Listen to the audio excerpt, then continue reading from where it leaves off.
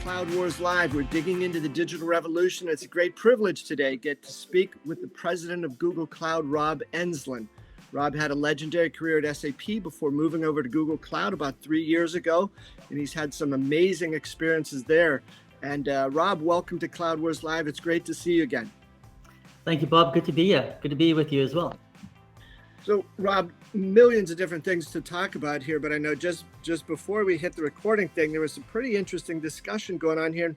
Rob, would you just share some of your thoughts about what it's been like in this 2.5 years at Google Cloud, right? Because certainly the last 18 months have been like anything anybody's ever lived through. So what's it been like for you?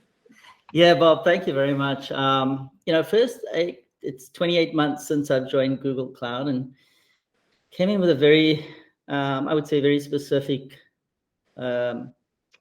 focus, and that was to hopefully bring data and data innovation to enterprises at scale. Having known the capabilities that Google Cloud had, I always felt that consumer innovation was ahead of enterprise innovation, and I always admired what Google had done from an innovation point of view, whether it being in Alpha or with automotive or with Waymo, with DeepMind, and all these different areas, right? And I was chomping at the bit to take that and help companies understand how it could help shape them and think through how they could utilize satellite technology and Android TV and maps, and being able to connect that and really, really help them. And in order to do that 2.5 years ago, we had to bring in enterprise scale to Google Cloud. We had to certainly get a better coverage model around the world. I really felt that we needed to move the conversation from techie conversation to the boardroom. And I remember the very first conversations I had with people. I said, you can discuss Anthos to the nth degree, but when you're in the boardroom, nobody's going to understand it. So you better be able to take that technology and turn it into something that's meaningful for companies that will shape them and think through how they can be shaped. And one of those conversations was around travel. And people looked at me and said, well, what do you mean? I mean, we can do infrastructure migration. And I said, can you imagine when we can help the traveler have a better experience, right? Where they're going, what they do, the price points they pay, the seat that they want on the plane, and it's all automatically created for them.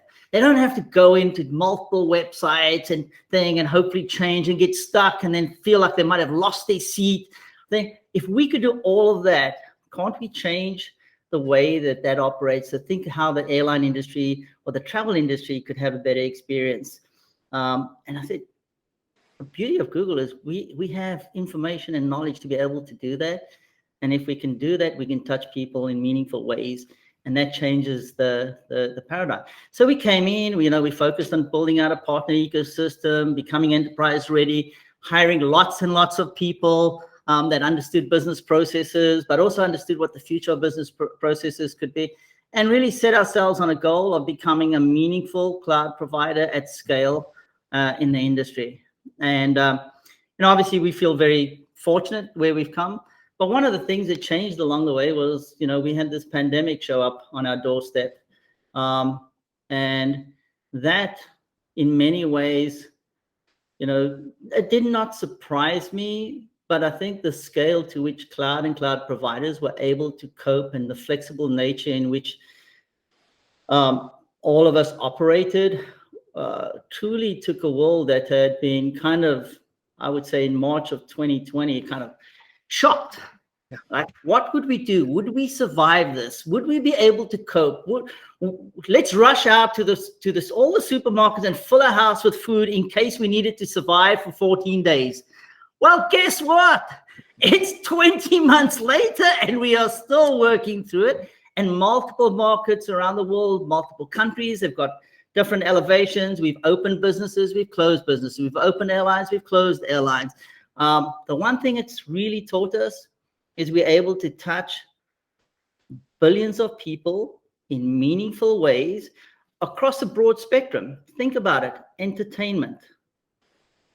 The magic of entertainment. How do we stream today? Everybody's got a plus something on in the environment, on their phone, on on their different devices. You are constantly connected, and streaming doesn't happen because we've connected wire to wire. That has exploded because we've had network capacity. We've been able to architect network capacity. We've been able to move network capacity. We've been able to move different levels of CPUs and servers to cope with this massive level of growth across social media environments. And they have been amazing, the growth of these companies. We've seen the stock market completely evolve in a tech world in multiple ways.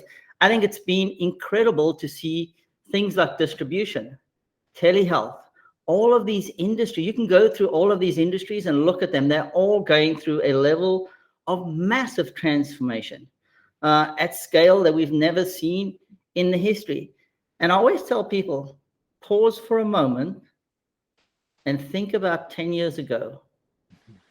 In 2008, 2009, 2010, 2000, what would have happened had a pandemic happened 10 years ago?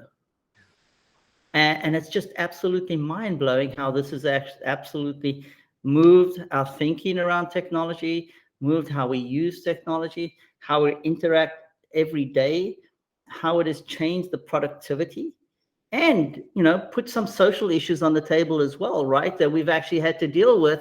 But it's incredible how human beings have been able to cope with this and continue to cope with the scenarios around it in every place around the world. I spent a month in South Africa working. Nobody knew that I was in South Africa unless I actually told them, right? And so that's incredible that we were able to just pick up, continue that business. So it's been an incredible, I think it's been incredible what's happened. You know, I would say, you know, we can talk how many billions of people are connected. The interesting thing is that the generations of change with this connection happen. So I have a very simple, you know, thought process. Riding a bicycle in my neighborhood, the one thing that was different than it was in 2019, lots of parcels in the trash can outside. The older community has actually started to utilize an e-commerce play in a not in a just a little way, in a massive way. It became normal routine. My 82-year mother is constantly purchasing, you know, and 5 years ago that was unheard of. You just didn't. So the world has evolved in terms of the different variances of age, demographic, marketplaces. It's absolutely incredible what has been achieved. And with that, I think the future also becomes an interesting opportunity in a very, very meaningful way as well. Yeah, Rob, I love some of those observations you've offered up there. And, you know, I think about the one thing you were describing, how people coped and the technology helped them cope. And I think on top of that, too, what I've been astonished by is that we had to cope to get by and deal with a lot of that change. But then, you know, humans can be pretty resilient. And as we reached the coping stage, and then it was, right, click the innovation and opportunity stage. And there are businesses, right, popping up in different areas, different ways, or big businesses realizing, okay, we have one shot at this. We're not going to get 5 years to do a turnaround plan. We've got 5 months, 5 weeks. We either get this right or we don't. And I just thought it was a remarkable testament to, you know, the human will, people's ideas, but the scope of those ideas, Rob, seem to be so much bigger and broader now because they're armed with some of those technological capabilities that you've touched on here a little bit, right? It's a very powerful combination. Yeah. You know, in many ways, I view it as next generation companies got an acceleration simply because they were ready for this. They didn't know they were ready, but they were ready for this. Yeah. Probably, you know, the company that was mentioned quite a bit during this time frame, maybe in the wrong or right way. But you look at the social media company like TikTok, right? The criteria around being in your house, looking for entertainment, not being able to move out, simply made that a natural. And there are others where they became natural. And so the older media companies had to move fast to enable that streaming, to create. Many of them even moved in such ways that they actually acquired or they merged with other companies to become highly. So that whole industry in 20 months just completely moved in a massively different direction. But then the other companies that you would say, well, in many cases, well, aren't you going to save now? Maybe it's time to, get down the hatchet and hide behind it and save as much money as you can and not do any. The opposite happened. The actual opposite happened. People looked at it and said, oh my gosh, this is an opportunity. The world will change and we will have to be ready for when that happens. And therefore we're going to invest now to become ready. I look at financial institutions. Financial institutions focused on, hey, Google, can you help us figure out how to really understand personalization?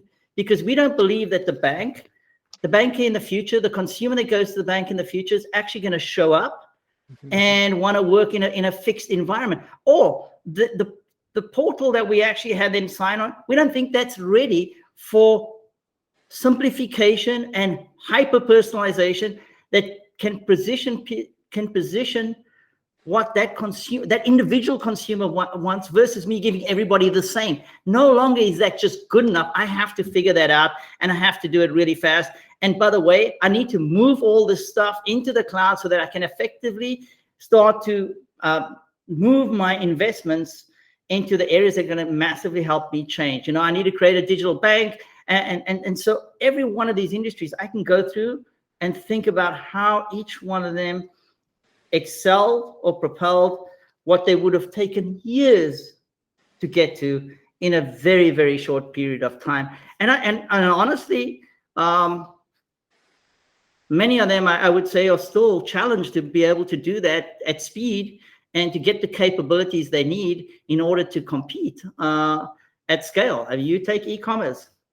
I mean, you'll look at the winners and the losers in e-commerce, those that are ahead, the kind of environments they provided their consumers to make it really easy to consume, the distribution that arrived at your house in the right time. And I'm not talking about physical goods, food, daily food. Your lunch came to your house. Yesterday, I asked the question, I'm dying for a cup of coffee. Well, why don't you just use this other company? They'll deliver a coffee. I was like, how much does a coffee actually cost to deliver to my house? Well, it's possible today to do that, right? And so all of these different industries, massive change, super exciting to be part of it. I'm really grateful that I had an opportunity to watch this and to actually be in the middle of it and to be able to help. Even from the point of, network infrastructure, I met a certain government official who said, our network infrastructure was hardwired. I said, what do you mean hardwired? He said, it's physical. It's like, the cables have to move. If we have to expand it, we actually got to get out there and drive a truck out and we got to extend the cable. It's like, that's not really good in an environment where you can't do that anymore. You can't actually physically go out and drive. You can't find, and so you just think about that and it's like, wow. In the cloud, that's possible because we can software engineer it.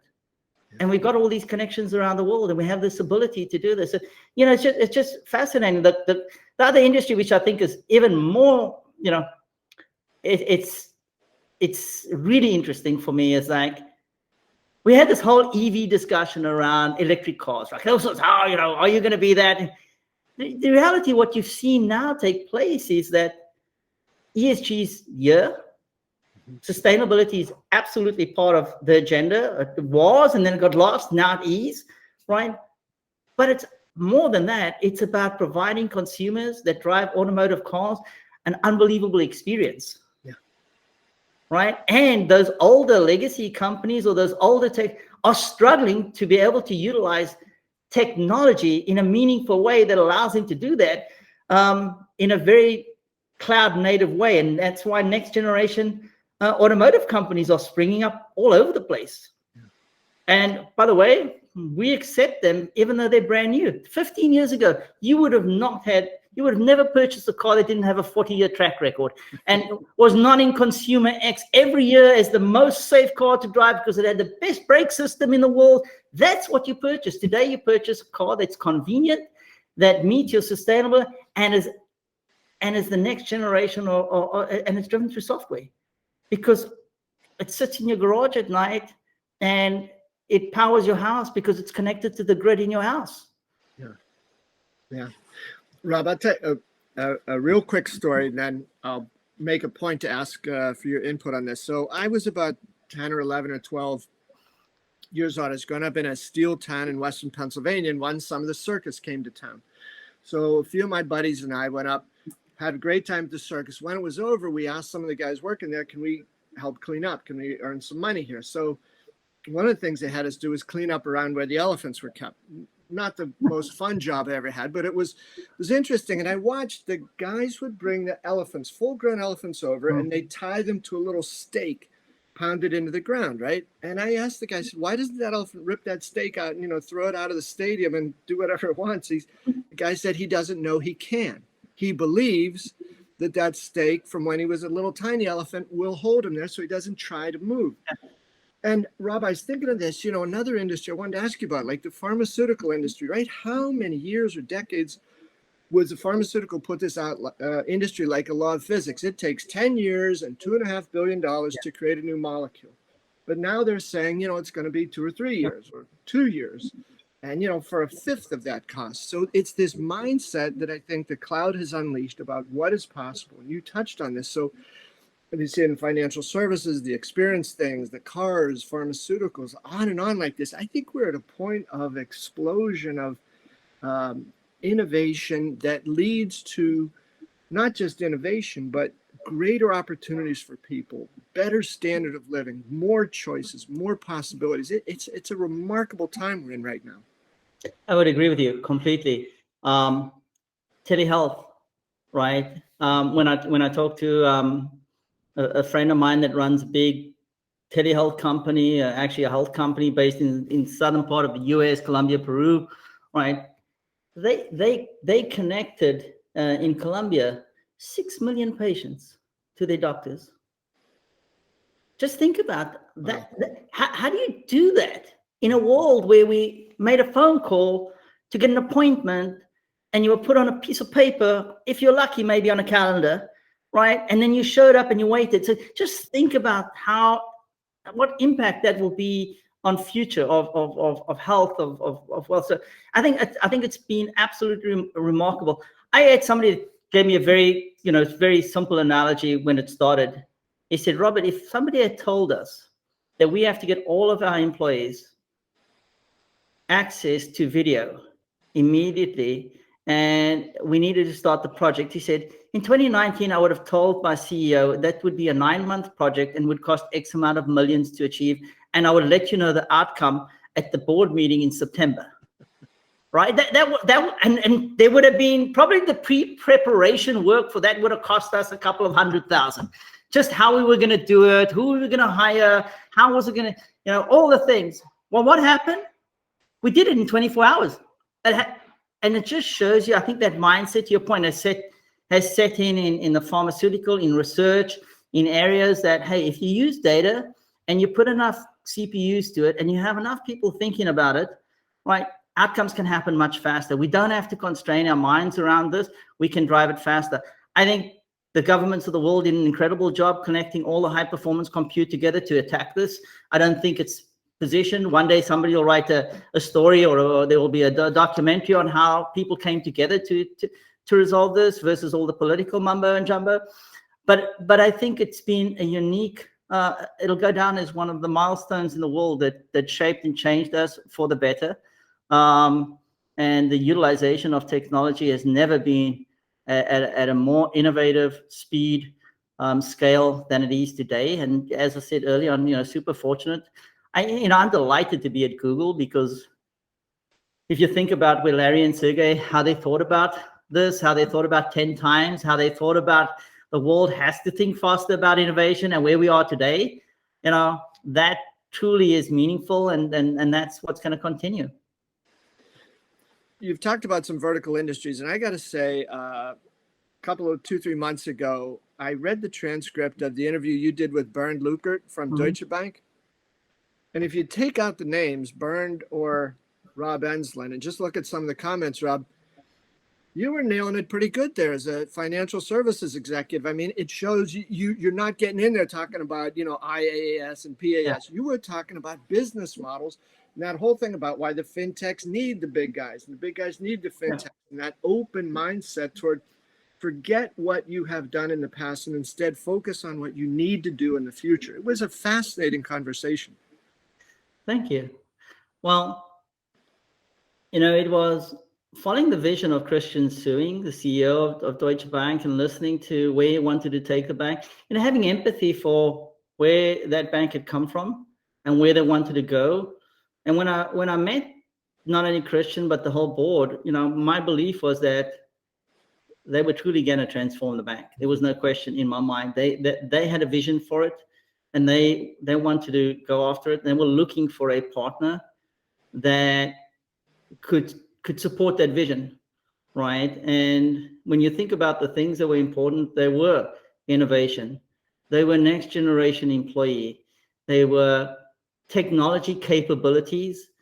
And this is before the pandemic, right?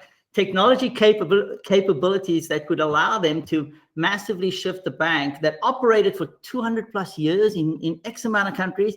And, when you look at it, many people would say, oh my gosh, you guys are nuts. You'll never do that. This is crazy, right? It's like, no, we have to do it because the future of financial services will change and we want to be at the forefront. So in many ways, we just mapped to that. And then the other pieces, they also thought about, as I said, an ecosystem. So what does an ecosystem mean? Bringing the next innovation through fintechs and helping invest in that to make the experience for the consumer better. And I think when people focus on that, all the right answers get put in place. When you focus on helping your customer or your consumer have a much better experience, drive their revenue objectives, help them use technology in a way that is transformative for them, connect the dots, that's when magic starts to happen. And so, I remember the interview and the reason why the question was, and, my answer was, we focused on what was right for them. Yeah. Instead of these prior constraints about, well, that's not what banks do. That's not what, Correct. blah, blah, blah, blah, blah. You get tied up in those things. Rob, I wanted to ask about this thing, cultural, I think, within Google Cloud. And I know this idea of customer empathy has become quite popular over the last year or two. But I believe, and I couldn't cite any incredibly rigorous research I've done, but I believe the first person I heard talk about it was Thomas. Yeah. It's become quite common since then, right? And once you hear about it, Rob, it seems one of those things you say, well, that's obvious, right? You have to have that. But I didn't see a whole lot of evidence of it beforehand, so I don't think it really was obvious. How is that manifesting itself with what, a highly innovative company like Google Cloud is doing when you come in and meet some of these leaders who have to be a little bit nervous about, I see what I need to do, but how am I going to do that? Where do I start? Yeah.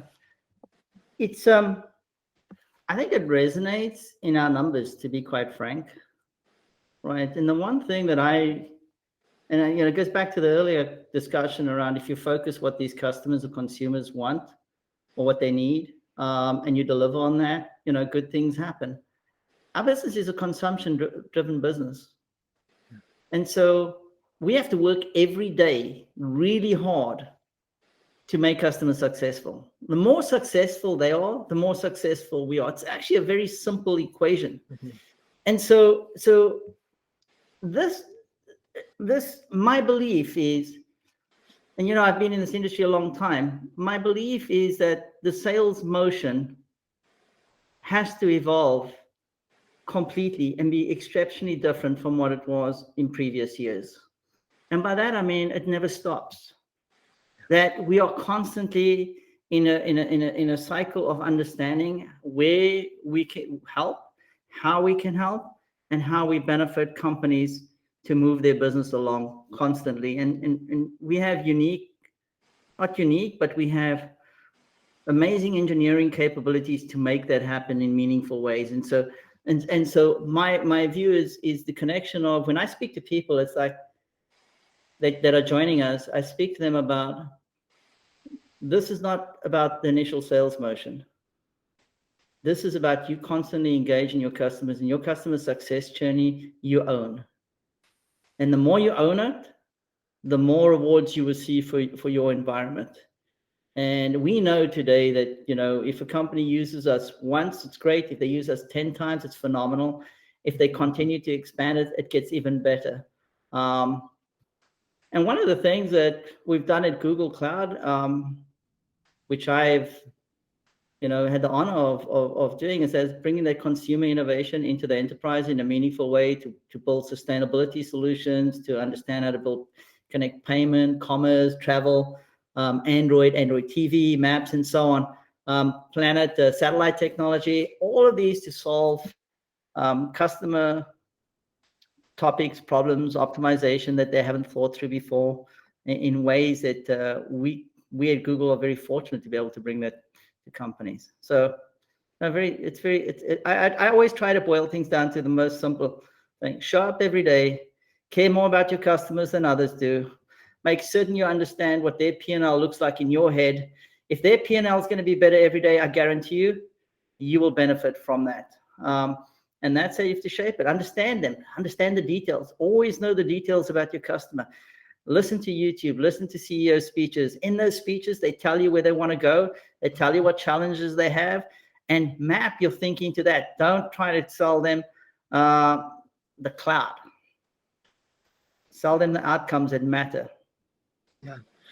Rob, as we wrap up, could I ask, 27 years at SAP, 28 months now at Google Cloud. What are the next year or two going to be like? My first of all, I continue to firmly believe in what we're doing in cloud and the value that we bring to companies. I think the one of the most interesting opportunities in our industry is going to be the ability to consume AI applications at scale. I don't think we've started yet. I think we're at the very, very beginning of AI at scale. And when I put myself in the eyes of my customers, if I was sitting in that CEO desk, my view would be, how do I make certain that my organization is ready to take advantage of AI at scale? And that, I think, is going to be one of the big and massive game changers in the industry. And I can't wait for us to produce hundreds of unbelievable AI applications that actually help customers, to your point, make the world better, bring things that are magically different. But in order to do that, humans are going to have to consume it. And we're going to have to be ready for that. And I think that's going to be very interesting as we go through that. Varies by industry, varies by digital native, right? This year's digital native is next year's traditional company, right? So watch the evolution of this take place. But that's what I'm looking forward to. And I'm looking forward to actually bringing Google Cloud along that journey and connecting to those customers and make a meaningful difference on this planet. Well, Rob, thanks a million. Thank you so much for your time today. It's been a fascinating conversation and really, really enjoyed it. Thank you, Rob. Thanks, Bob. Appreciate it. Thank you very much. And thanks to all of you folks for being with us here at Cloud Wars Live. Hope it's been a great day for you. We look forward to seeing you again soon.